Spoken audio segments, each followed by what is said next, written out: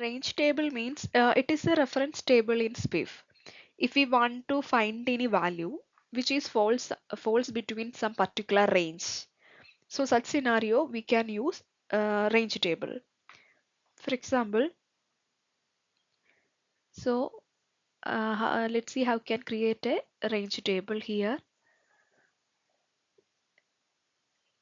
New range table. So range table 1. So this is our range table tier 1.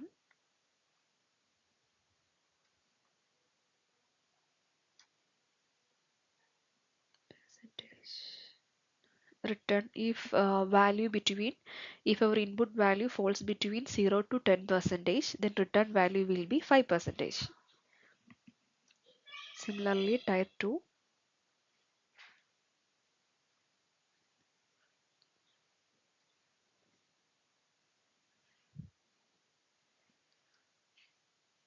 Ten percentage.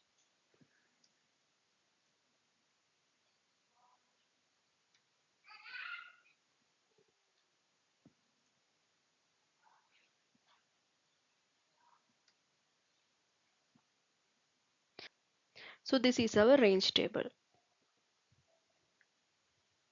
Okay.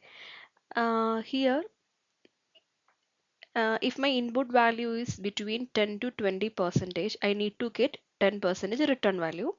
If it falls between 20 to 30 percentage, I need to get 15 percentage return value. So how we can calculate this? So here right side, there is something called function library.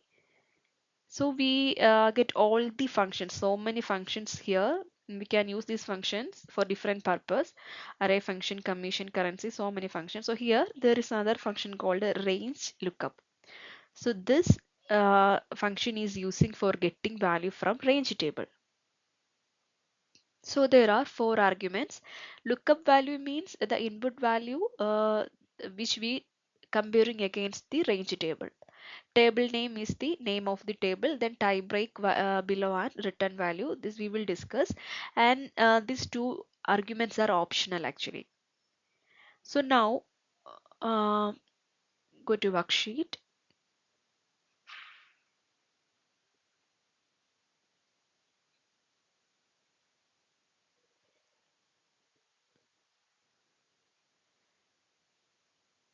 Equal to range lookup. So first I am giving 5%. So this is my input value.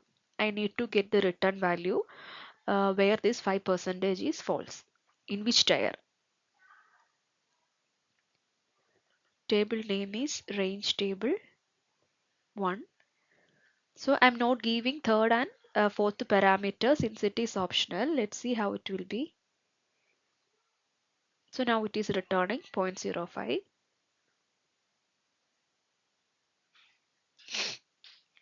So my input value input value is 5%, which means it will return 5%. So here this is not in percentage format. So click here and right side go to settings. Here we can change the format.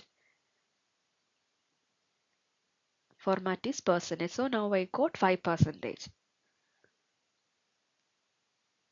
So this is what I exactly want from range table. This is correct.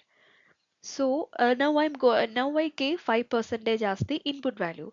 So next I need to give 10%. So 10% means in tier 1 10% is the upper bound and tier 2 it belongs to lower bound. So there is a tie break.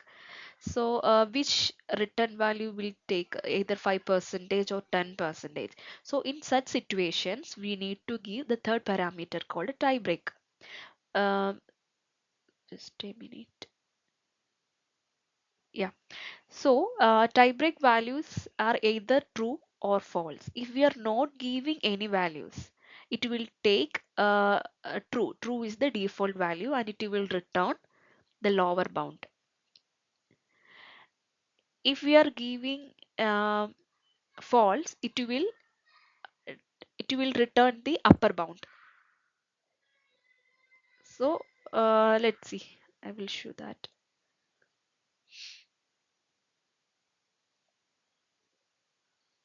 If now I am giving 10%.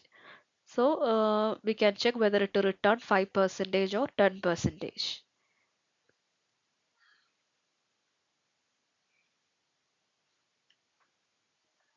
10%. I'm not giving third and fourth parameter. So in default, it will return 5%, which means 5% belongs to tier 1.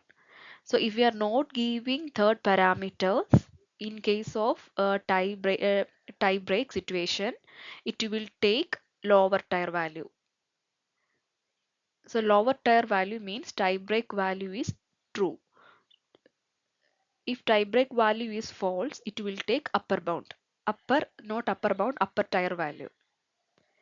So that is why it will take 5. So now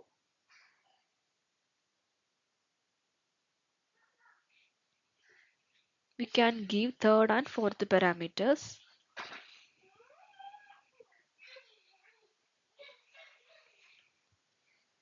True.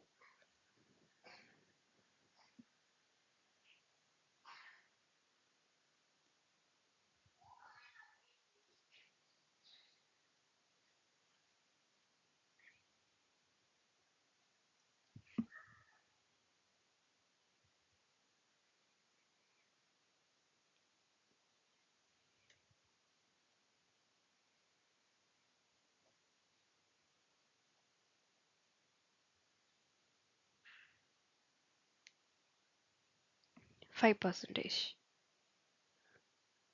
which means true means it will take lower tier value. So now we can give false.